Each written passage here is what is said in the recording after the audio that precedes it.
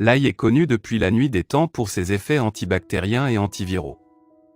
Dans nos cuisines, il aromatise nos plats et peut être utilisé frais ou déshydraté selon nos envies. Et dans le cadre de la santé, il permet de traiter des maux divers, entre autres, le rhume, la toux, la pneumonie ou encore l'infection de l'oreille. Découvrons comment. Avant la découverte des antibiotiques, l'ail était l'aliment phare pour traiter certaines infections bactériennes. Ensuite, la pénicilline découverte par Alexander Fleming a pris le relais. Mais il faut savoir que l'utilisation accrue des antibiotiques aussi bien chez l'homme que chez les animaux d'élevage entraîne une augmentation des bactéries qui résistent aux traitements médicamenteux, sans parler des effets secondaires de ces derniers. Les bienfaits de l'ail sur la santé.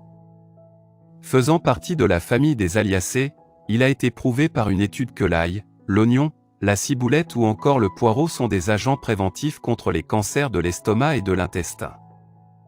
Les composés sulfurés de l'ail sont libérés lorsqu'il est coupé ou haché pour donner une molécule appelée allicine qui elle-même est transformée et donne lieu à des composés comme le diallylsulfide.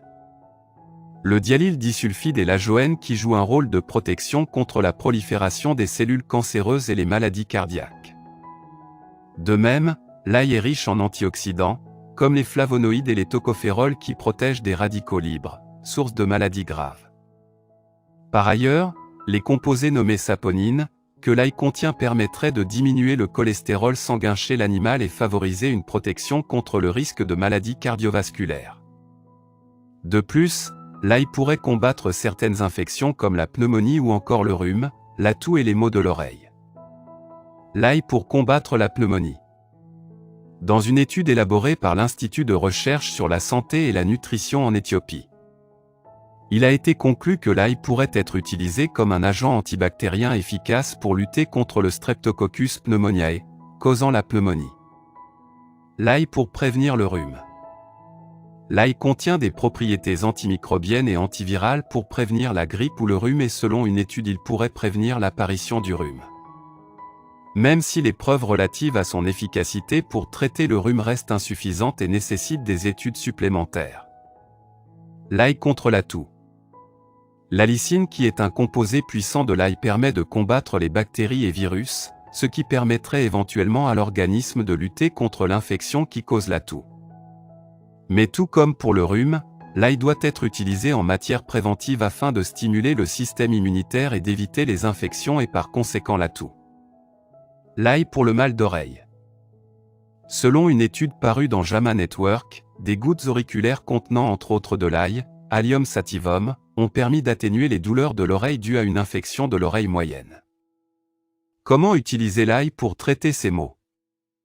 Pour ce faire, vous avez besoin de 5 gousses d'ail pelées, 3 cuillères à soupe d'huile de noix de coco, 2 cuillères à soupe d'huile d'olive extra vierge. Préparation. Faites chauffer l'huile de noix de coco puis y ajoutez l'huile d'olive ainsi que les gousses d'ail écrasées. Mélangez le tout et laissez reposer pendant une trentaine de minutes. Mettez dans un bocal en verre, préalablement stérilisé.